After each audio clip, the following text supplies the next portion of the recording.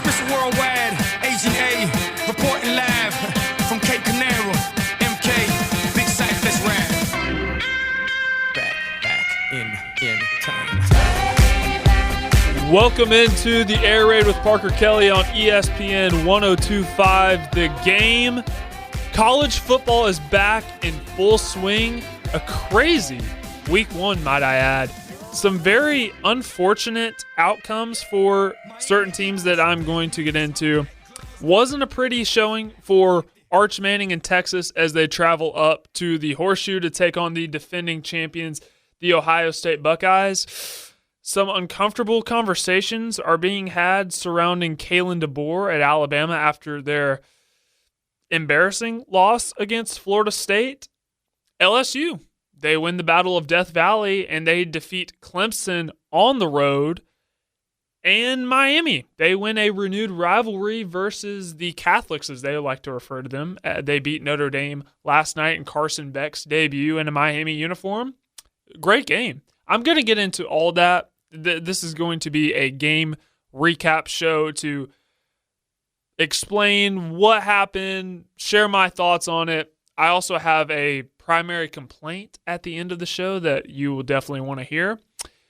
And yeah, I did want to get out in front of something. So as you know, I was going through my win-loss predictions for each team in each Power 4 conference. So I did the Big 12, I did the ACC, I did previews for last night's games. I did a preview for TCU and North Carolina. I previewed Georgia Tech and Colorado, Auburn, Baylor. Those games happened on Friday.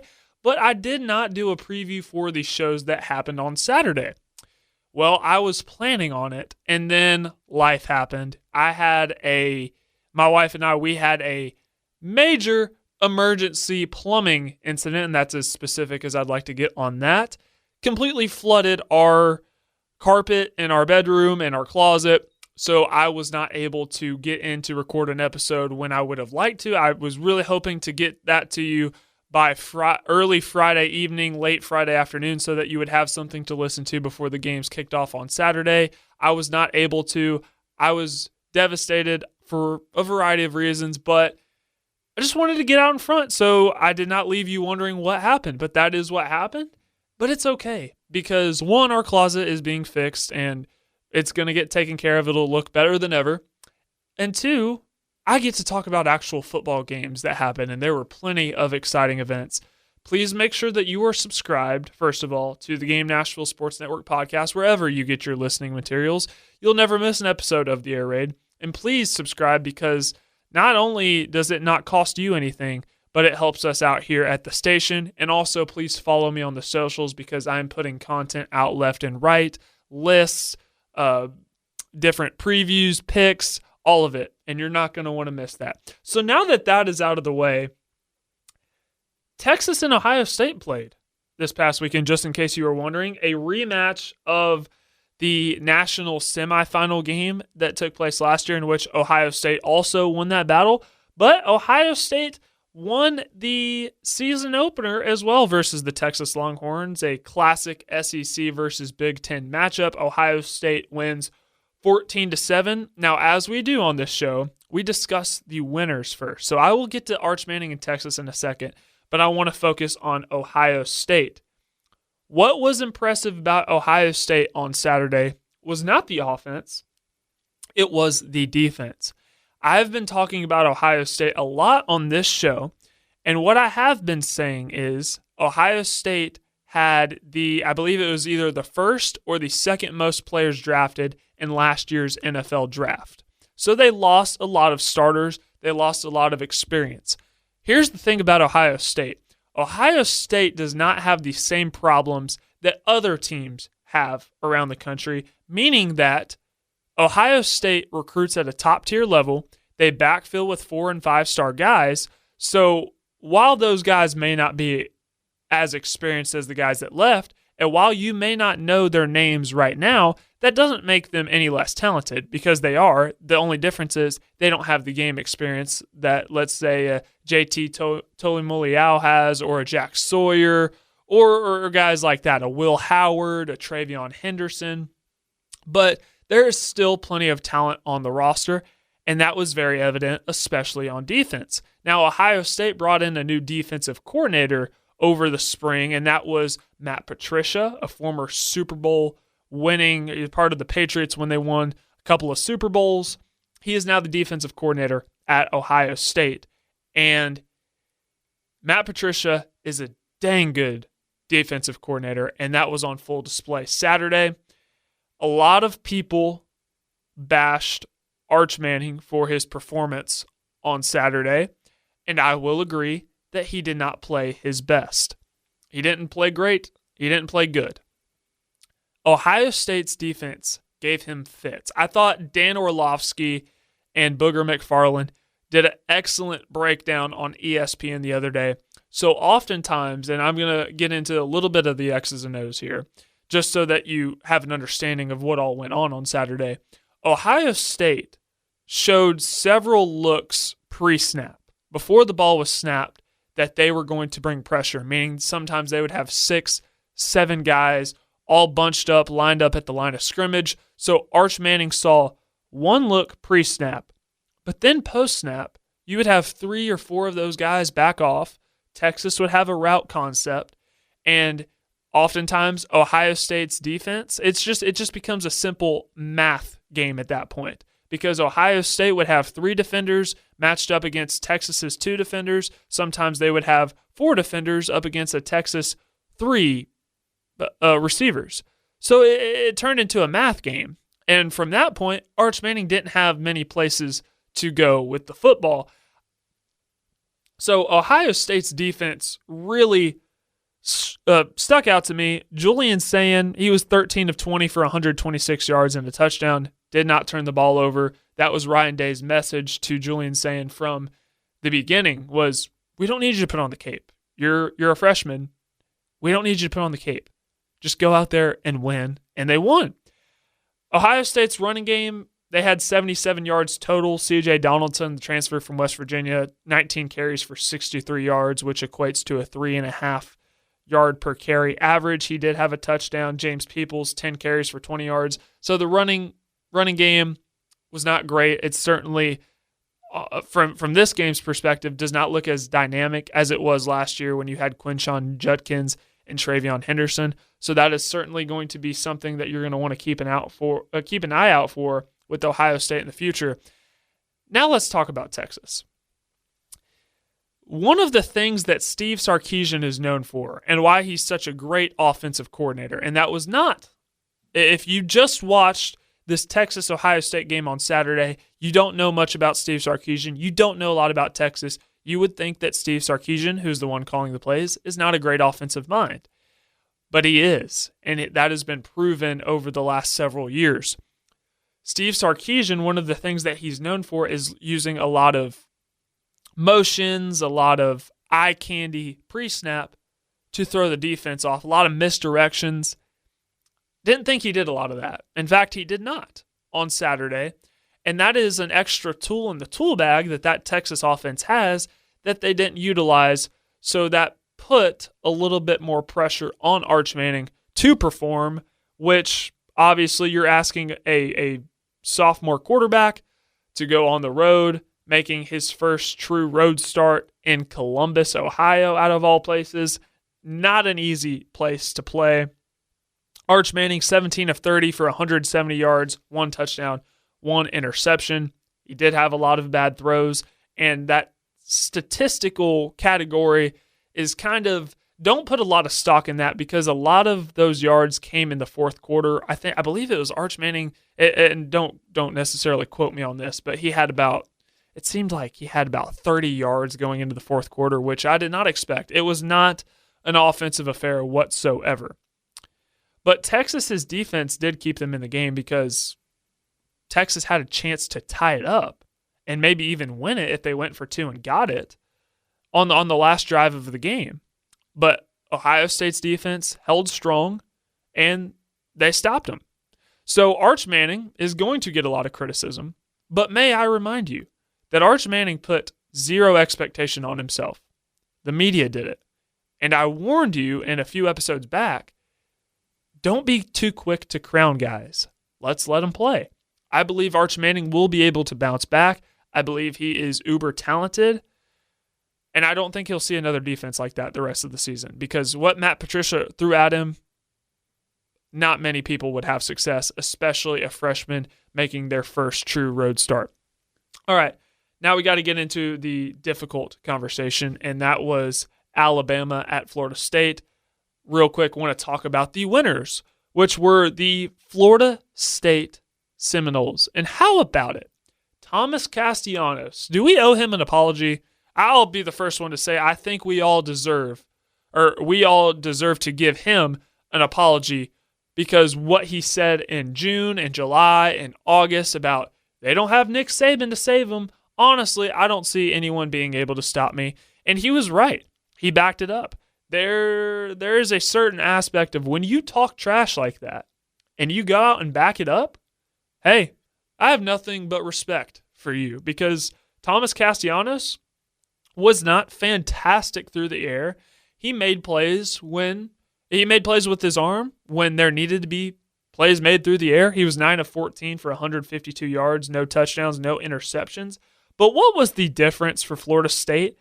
And that was the run game. Alabama allowed 230 rush yards on the ground for Florida State. Thomas Castellanos led the way, 16 carries, 78 yards, a touchdown, almost a 5-yard per carry average, 4.9 to be exact. Thomas Castellanos backed up what he said all the way back in June, I believe, and he made a fool of Alabama's defense, and he made a fool out of me, because you remember I predicted when I did the episode with Connor, I predicted Alabama to win the national championship. How is that pick looking about right now? Not so hot. Not so hot. I will say I may have to backtrack on that, but we'll see. We'll see. So Florida State gets it done. They beat Alabama 31-17. It was not as close as the score indicated, because Florida State, Alabama they scored the first touchdown of the game, but then Florida State scored 24 unanswered. And from that point, you could pretty much call it a game, because there was no way that Alabama was going to come back from what Florida State did to them. I thought some of their receivers made some big-time plays when needed. There were no standouts when you're looking at the box score. Jalen Lucas, 2 receptions for 66 yards. Squirrel White, if you remember that name, a former Tennessee Volunteer, transferred to Florida State in the winter portal window. He had a reception for 40 yards. So the aerial attack was not great for Florida State, but what was great was the run game. Now we have to have a difficult conversation. And I hate to do this on this show, but we're going to have to talk about Kalen DeBoer. I already know the discourse in Tuscaloosa is not great. I already know the discourse nationally is not great. So I'm going to try to be as level-headed as I can. There is a problem right now at Alabama, and that's I know I'm stating the obvious here, but let me further explain myself. When Nick Saban walked out the door at Alabama, having won 6 national championships during his time as the Crimson Tide head coach, I believe that era of a dynasty lasting for multiple decades, I believe that era of collegiate athletics is over. I believe NIL and transfer portal, while it hasn't evened the playing field completely, it has evened it for some of the top tier programs, which means there are more teams capable of actually winning a national championship than I'd say there were in the past. When Nick Saban walked out the door, Alabama was not going to go get somebody on the same caliber. And that's just the truth, because what Nick Saban did at Alabama is not going to be replicated. And it's not going to be replicated by guys like Kirby Smart. It's not going to be replicated by guys like, Steve Sarkisian, Dan Lanning. What Nick Saban did was so special, and that's why he is, many of us, myself included, consider him the greatest coach of all time in college. Kalen DeBoer, I will say, is a winner because he's won everywhere he has gone. But the fans in Tuscaloosa, all they know is winning because of what Nick Saban was able to do. So when you don't win against unranked opponents, it sets off a trigger. Fans start to press the panic button, which they are doing right now. I saw a stat today that Kalen DeBoer in his first, and this is young, one game into his second year, but so far during his tenure at Alabama, he has lost 4 matchups against unranked opponents. Nick Saban, throughout his career at Alabama, only lost 4 times to an unranked opponent. So here's what I will say. Because Oregon, they played Idaho week 1 of last year, only won by 3 points. Folks started to hit the panic button on Oregon, and then Oregon went and rattled off 13 straight wins before their egregious loss in the Rose Bowl to Ohio State. So I'm not throwing in the towel on Alabama, and I'm being more patient with Kalen DeBoer than a lot of you all are. But there is a problem at Alabama in terms of not giving max effort. Josh Pate has talked about this with Josh Pate's college football show.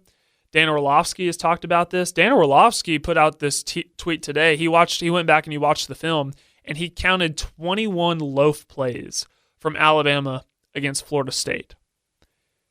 I can confidently say that would not have happened again for a Nick Saban coached team.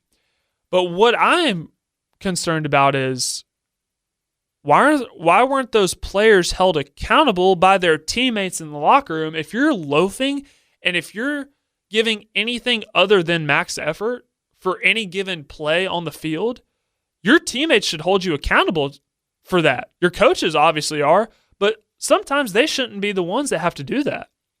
It's up to the players. Player-led teams are often the best teams. And right now, that is a major concern at Alabama because we're seeing this happen consistently where a wide receiver may drop the football. You may not be running to the football all the way. You're not giving max effort. And that is a concern at Alabama. So that has to get fixed. And that ultimately is pinned on Kalen DeBoer because he's the head coach, and the head coach is going to get a lot of criticism. So that's something that is going to have to change. I wish we had more time to talk about this, but I have other game recaps to do, and it just doesn't seem like I can honestly go for 2 hours if I wanted to, but I'm not going to take up 2 hours. But we have more game recaps to get to on the other side. LSU wins the Battle of Death Valley. We'll get to that coming up next. You're listening to The Air Raid with Parker Kelley on ESPN 102.5 The Game.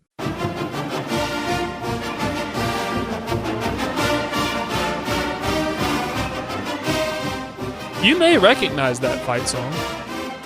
If you do, that is LSU's fight song. And I wanted to open the segment with that because they got a big win over the Clemson Tigers this last Saturday.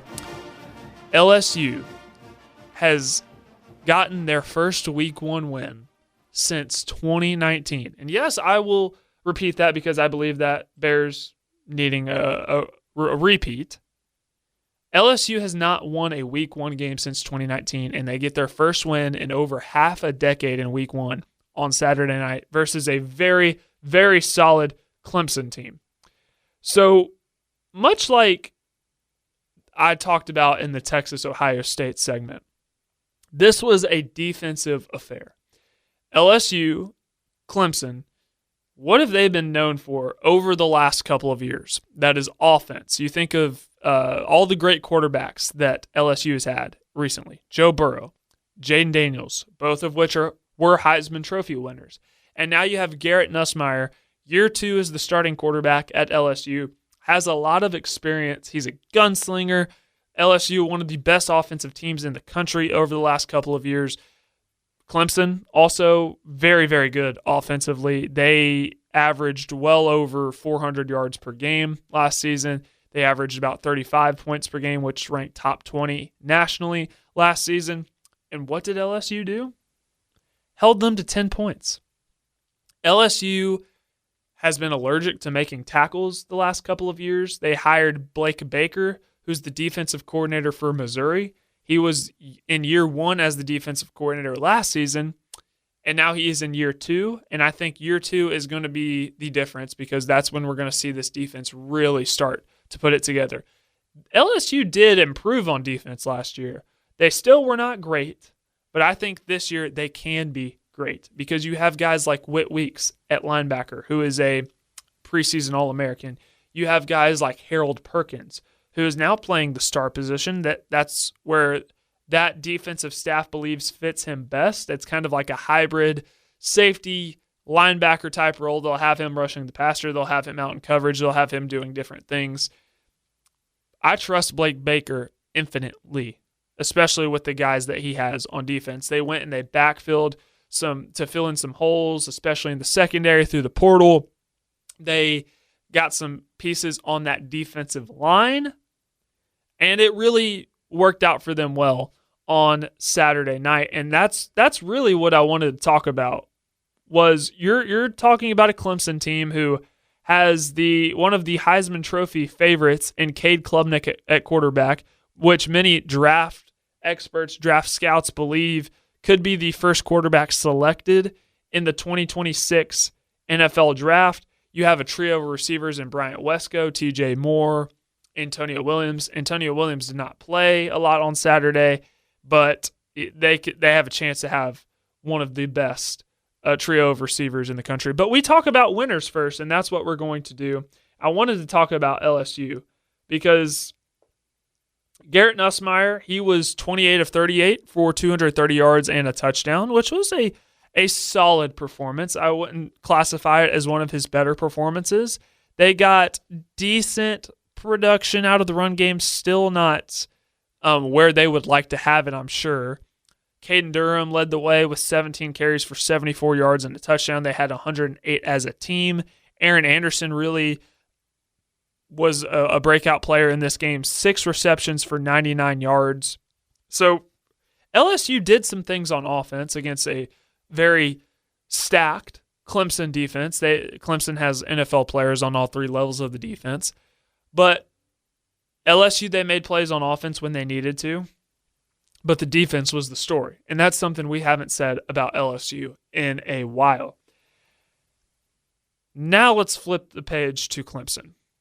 Clemson has high expectations. They're the favorite in the ACC. And given the schedule that they have remaining, they still very well could win out. Now, they have a tough opponent week 3. They're at Georgia Tech. But other than that, I don't see a lot of banana peels in the way for Clemson to slip up.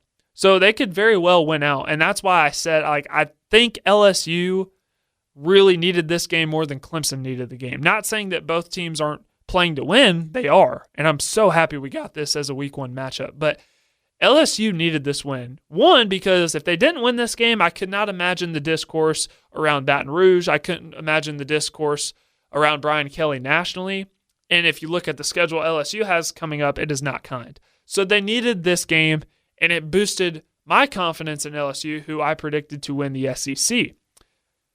Clemson, on the other hand, they may have a similar problem to what LSU had last year. And that is you have a really good quarterback in Cade Klubnik. You have really good wide receivers. You have an experienced offensive line, but what do you lack? And that is a run game. Clemson lost Phil Maffa to the NFL draft. They have Adam Randall, who is their starting tailback, who is a converted wide receiver, and he had 5 carries for 16 yards and a score. Overall, Clemson had 31 rushing yards on 20 attempts, which, you do the math, 1.6 yards per carry. LSU didn't have much of a run game last year with Caden Durham, although he did come on strong late, and maybe that could be the same with Clemson. I don't know. But just given what I saw in week 1, LSU's running rush attack, non-existent. And that was a problem. I thought the defense, you hold LSU to 17 points, although I argue it should have been more given the touchdown that was called back, but I'm going to save that for later. The defense held LSU to 17 points, which is really good considering how explosive that offense has been under Parker Kelley. So I thought the defense was good, but on offense, you had a decent passing game, but where was the run game? That was one of the big problems for Clemson in this game versus LSU. Now I do want to talk about another game that was played, and this game was on Sunday night. Miami and Notre Dame. A very classic. It's been a phenomenal Labor Day weekend in terms of matchups. Miami wins this one, as I correctly predicted, 27-24. Let's talk about Miami. So Carson Beck made his debut. I thought, for the most part, he played very well. I thought there were times where he was really accurate. I thought he was, for the most part, smart with the football, did not have any interceptions, although he did throw a couple of floaters up there that if the DBs from Notre Dame were in a little bit better of a position, they might have gotten picked off. I think the big difference for Miami was the line of scrimmage, and there's no hiding it, because Miami, although they only had 127 rush yards, it felt like they had more because the offensive line for Miami has a chance to be the best offensive line in America. It was so funny going back and watching some of the replays. That offensive line was manhandling Notre Dame's defensive line. I mean, the displacement of the gold helmets was crazy. In Miami, they lost their running back Damian Martinez, but they were able to have guys like Jordan Lyle and Mark Fletcher and Shamar Brown back there running the football. I think if they kind of do a running back by committee type thing, I really think Miami can have a really good run game this year, and that is going to complement Carson Beck, who is not a trash quarterback, by the way. People forget that he was being talked about as the potential number 1 overall pick in the 2025 NFL Draft. Let's talk about the receivers for Miami, because there were certainly a lot of highlight plays. Malachi Toney, 6 receptions for 82 yards and a touchdown. He's a true freshman, folks. He's a true freshman, and I would make the case that he is their best receiver as it stands right now. Miami lost their top half dozen pass catchers from last year's team, but they have guys like Malachi Toney, CJ Daniels, Keelan Marion, who are all catching passes for them. CJ Daniels may have had the catch of the year in week 1. That one-handed snag in the end zone that Carson Beck was getting pressure, just kind of floated it up there, and CJ Daniels pulls it down with the right hand, one-handed catch. That and the Vernon Brown catch, I'm not sure how many of you saw this, but Vernon Brown is a receiver at Florida, had a OBJ-like catch against LIU in Florida's week 1 game. If you have not seen that already, please go look it up, because those two catches, getting them on the same weekend, both of which will probably be up for catch of the year candidates when it's all said and done. Keelan Marion, a transfer from BYU. CJ Daniels, a transfer from LSU by way of Liberty. They stepped up and made plays, and it's just truly incredible what a difference it makes when you have receivers that are catching the football, because Carson Beck did not have receivers that caught the football last season at Georgia. Their run game was not up to par for what the Georgia standard is. So if Miami has a good running game this year, they have receivers that catch the football for Carson Beck like they did last night, like they did during the monsoon rain that was coming down. Miami, we're going to be talking about them in the college football playoff. So I was thoroughly impressed with Miami, and they get a big statement win in week 1 over a top 6 opponent. Mario Cristobal gets a pretty big statement win during his early tenure back home with the Hurricanes. Now let's talk about Notre Dame.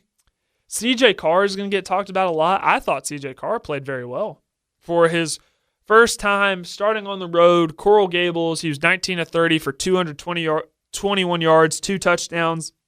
Had the interception. Now, I will say on the interception, it was a screen, Notre Dame ran a lot of screens, so I believe Miami just picked up on the fact that, hey, they're running this, and they knew exactly what to do. They kind of blew it up. I would have advised CJ Carr to dirt it or throw it away, but he threw it. Of course, it got tipped up in the air and picked off. There were a lot of passes that were tipped up in the air for Notre Dame that's a quarterback's worst nightmare, tips and overthrows, because it has a great chance of being intercepted. But CJ Carr's poise down the stretch, having a chance to win the game late, they were down 24-14, and Notre Dame scores 10 unanswered before Miami gets the game-winning field goal. They had a chance to win late. And the poise of the redshirt freshman quarterback, unbelievable. It was awesome. One thing, actually two things, that really hurt Notre Dame in this game. Jeremiah Love, he did not get a lot of touches. And this was a preseason first team All-American. He had 10 carries for 33 yards. He needs more touches. Now, I don't know. They mentioned this on the broadcast last night. Sean McDonough did. I don't know if Jeremiah Love has an undisclosed injury that we just don't know about at this point. He did kind of have a lingering injury when Notre Dame made their playoff run that kind of slowed him down a little bit. But I'm not sure if he had one or what. But you need to give him more touches. He's a preseason first-team All-American for a reason. Jadarian Price, also a very good running back. They have a great 1-2 punch. Jadarian Price, only 6 carries for 45 yards. As a team, overall, Notre Dame had less than 100 rush yards. They rushed for 94 yards. That can't happen, and you win very many games this year. So, obviously, they're going to have to give more touches to those guys, and you're banking on them being healthy. Jaden Greathouse, who I would say is probably their best receiver, did not have a reception last night. They relied on some of their transfers at wide receiver, including Malachi Fields, who's a transfer from Virginia. Their tight end, Eli Raridan, 5 receptions for 97 yards. He led the way in receiving. Got to get Jaden Greathouse more involved. Got to get Chris Pauling, who's a transfer wide receiver from Wisconsin. Got to get him more involved. And that's going to be the key for Notre Dame. But I think CJ Carr showed what he can be. And that is a quarterback prospect with sky-high potential. I was impressed with both teams, honestly. I just wish Notre Dame would have given Jeremiah Love more carries and at least gotten the ball to Jaden Greathouse more than, 0 times. That's all I'm saying. All right. That wraps up our in-depth game recaps. We went through 4 of the biggest games. I'm going to make some touch points on some of the other games. I'm not going to go as in-depth. That's coming up on the other side. You're listening to The Air Raid with Parker Kelley on ESPN 102.5, The Game.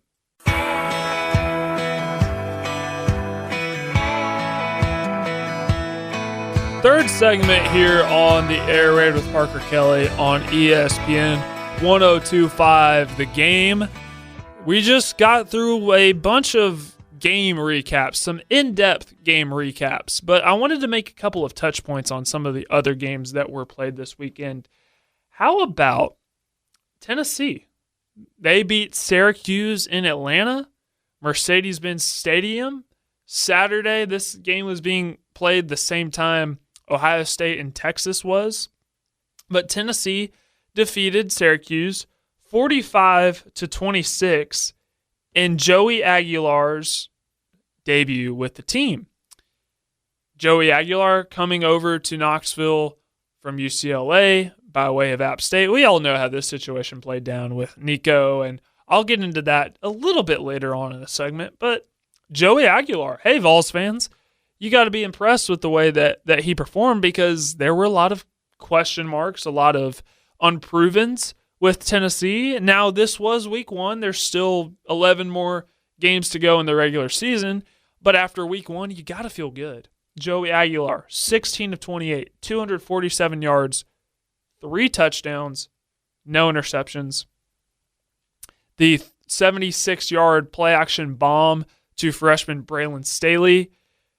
It was that play when I'm like, okay, this is exactly what Josh Heupel wants to do on offense that he could not necessarily do with Nico Iamaleava last year. Nico had an issue with overthrowing guys and missing guys, was kind of inaccurate with the football. Joey Aguilar, on the other hand, is a more so of a gunslinger. I'm not saying that Joey Aguilar has more talent than Nico. He is more experienced, and Joey Aguilar is the definition of a gunslinger. That's why he had so many interceptions last year, because he takes chances. He takes deep shots. The good thing is, for Tennessee to be able to operate its offense how they want to, they can't have a lot of turnovers by the quarterback, and I believe with everything that happens so fast, it doesn't allow room for quarterbacks to turn the ball over much. So that Joey Aguilar 76-yard play-action bomb to redshirt freshman Braylon Staley was kind of like a breath of fresh air, a cold drink of water to Vols fans. And I thought Joey Aguilar operated the offense very smoothly. They were quick. I believe the tempo was right where Josh Heupel wanted it to be. He did have some overthrows. There were a couple of drops by the receivers that need to be brought in. That stuff, I'm sure, will get cleaned up and worked on throughout the course of the season. The good news is it is week 1. Of course, Tennessee is going to run the ball very effectively, 248 yards on the ground. Josh Heupel's always had a good run game. That is true. And, I just wanted to point out that, I saw Joey Aguilar's performance. I watched the game. I had the double screen pulled up. I was watching Texas-Ohio State. I was watching Tennessee-Syracuse, and I was impressed. I was very impressed. Now, let's go out west. And yes, I am going to go here because I know for a fact. I saw Twitter. I checked the mentions. I checked the message boards. I saw there was a healthy amount of representation from Tennessee that were watching UCLA and Utah for, I don't know, a certain quarterback that transferred. I was also watching this game, but not necessarily for the same reasons that Vols fans were watching. I was watching Utah and UCLA. That's because I have been very high on Utah. I believe that we should be having the same discussions with Utah that we're having with Oklahoma, because Oklahoma, they brought over their quarterback from Washington State, John Mateer. They also brought over his offensive coordinator, his quarterback's coach, and they've implemented Washington State's offense in Norman.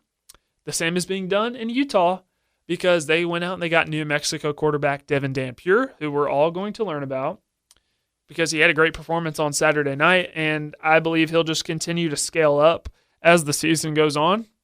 They brought over New Mexico's offensive coordinator and Jason Beck, so Devin Dampier doesn't have to learn a new offense, and Devin Dampier was fantastic because Utah beat UCLA 43-10. Devin Dampier, listen to this stat line, 21 of 25 for 206 yards, 2 touchdowns. It gets better. 16 carries for 87 yards on the ground and another score, averaged over 5 yards per carry on the ground. Utah as a team lit it up on the ground. 286 rush yards in total for the Utes. They did whatever they wanted to UCLA's defense. Watch out for Utah. Utah is not going to have the same season they had last year where they went 4-8. That just does not happen. That is an anomaly under Kyle Whittingham. That stuff just does not happen often. I believe Utah is legit this year. UCLA, Nico Iamaleava, the starting quarterback. Vols fans, I'm sure, are going to have fun with this stat line. 11 of 22 for 136 yards, 1 touchdown, 1 interception. Nico also led the team in rushing, 13 carries for 47 yards, 3.6 yards on the ground. Nico did not play great. I did watch this game.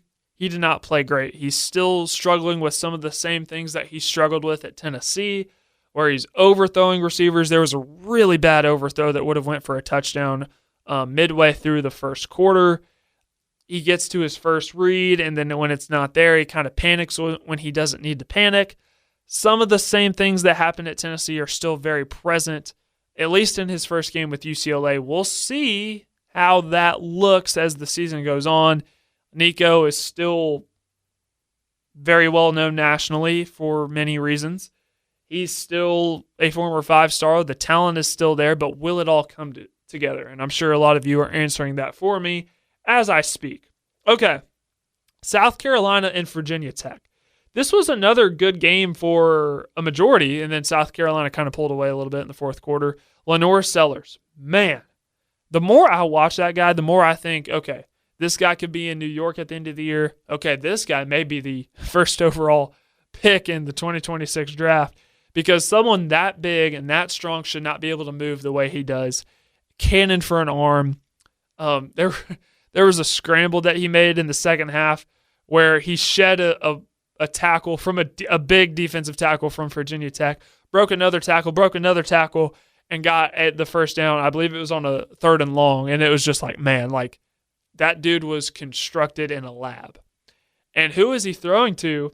A guy by the name of Nick Harbor. And this is how you know Nick Harbor is legit, because he spells his name not with an I, but with a Y. So N-Y-C-K, Nick Harbor, okay? Nick Harbor is an alien at wide receiver. He is a track star, or was former track star. He gave that up to focus on football. But athletically, he's about as good as it gets. He's long, he's rangy, he's strong, he's rocked up, he's fast. Fastest guy on the field at any given point. He's got Lenore Sellers throwing to him. And when Nick Harbor, we still need to see some things out of Nick Harbor. He has not lived up to his full potential yet. Still needs to learn how to catch the football on a more consistent basis, not letting it hit your body catch it, but using your hands. But once he figures that out, he's going to be unstoppable. And pretty much for the most part, he already is. Just send him deep and let Lenore Sellers throw to him. It's a cheat code. They also had good production out of the running back room.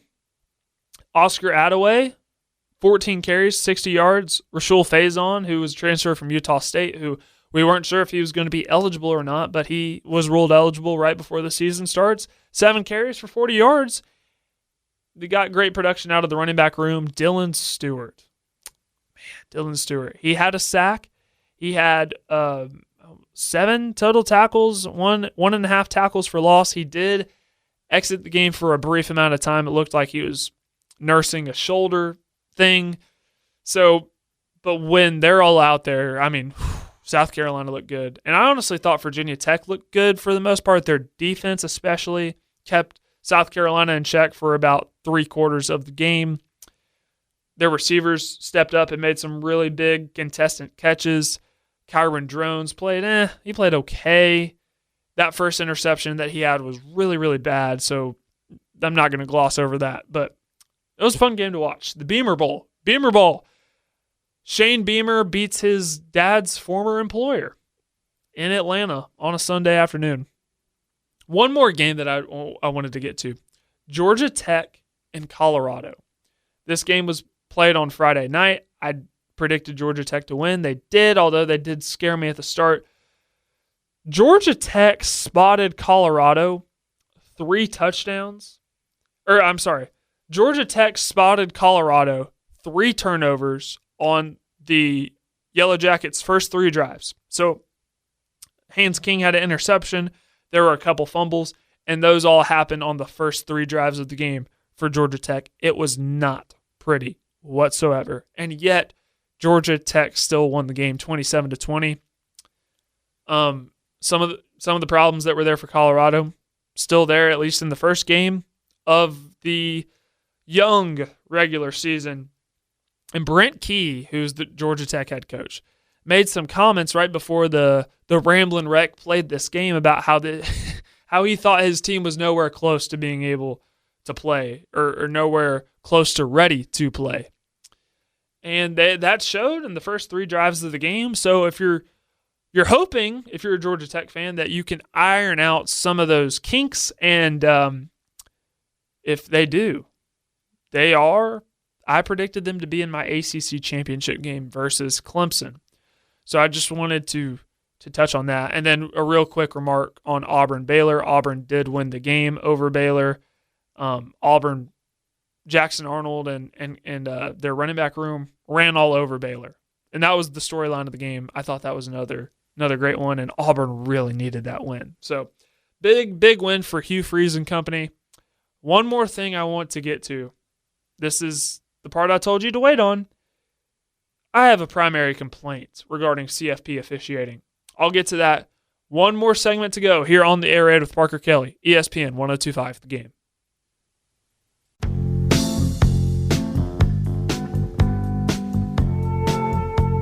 I needed something soothing in terms of music for this segment that I'm about to do, because I have one primary complaint, and for how glorious this weekend of college football was. And it was awesome. And we get to cap it all off tonight with TCU in North Carolina. We still have a college football officiating problem in America. And I was watching that LSU Clemson game that there was a touchdown, I believe it was in the third quarter, to Xavier Thomas. And from my perspective, it looked like it was a touchdown. And they went through it and they showed all the replays. It looked like a touchdown. That call got reversed and it was not a touchdown. There was a South Carolina touchdown, Lenore Sellers to Nick Harbor in the second half, that I believe was originally ruled a touchdown. Lewis Riddick, who was on the call, said he thought it was a touchdown as well. And that call got called back and it wasn't a touchdown anymore. I'm like, okay.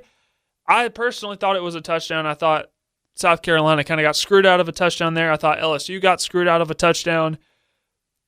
There was a Michigan, they were playing New Mexico on Saturday night. There was a targeting call on one of their defensive tackles, Jayshon Barnum, that was not a targeting call in my perspective.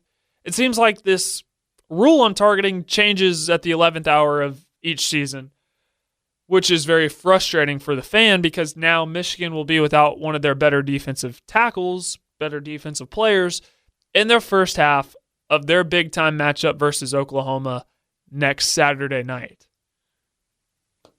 We have a college football officiating problem, and here's where I want to start. We need a national standard of officiating, because the SEC, and I'm just using hypotheticals here, the SEC has a specific thing that they key on when it's a SEC officiating crew. The Big Ten has something they specifically focus on when it's a Big Ten officiating crew. Same thing with the ACC, same thing with the Big 12, same thing with the Group of Five, or Group of Six, or whatever. There needs to be a national standard so there are not multiple interpretations of a rule when it's different crews. And here's the other thing I want to see. When a referee makes a bad call, which it's going to happen, when they make a bad call, they should be held accountable for it. Because we'll see post-game coaches or players having a comment on a bad call that was made, and of course they can't speak on it without getting fined. So why can't we have a referee explain, hey, here's why we made the call? We don't get that. They get to officiate the game.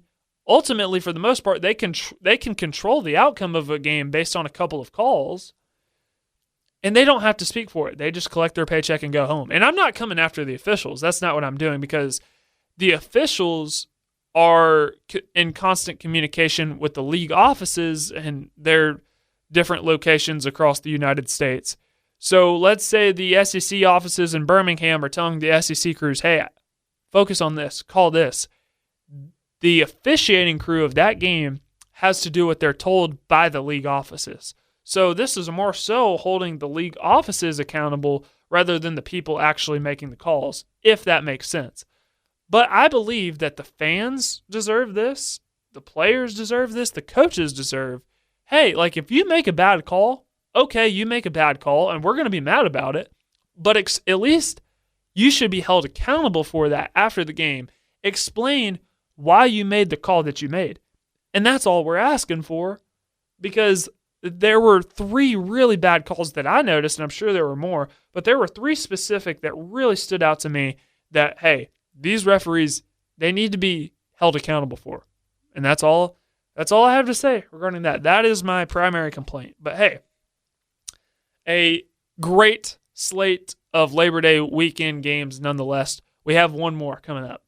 Bill Belichick makes his debut, Chapel Bill. They take on TCU tonight. Cannot wait. My butt will be parked on the couch. I'll be watching every second of it. Lots of great games this weekend. And think about it, baby. Week 2 is upon us. I'll be doing some picks, some previews. A new PK poll will come out as well. So be on the lookout for that. I'll try to have that episode up by Wednesday or Thursday. But yeah, make sure that you're subscribed to the Game Nashville podcast, where you will get every episode of the Air Raid. And also follow me on the socials at Parker_Kelley10.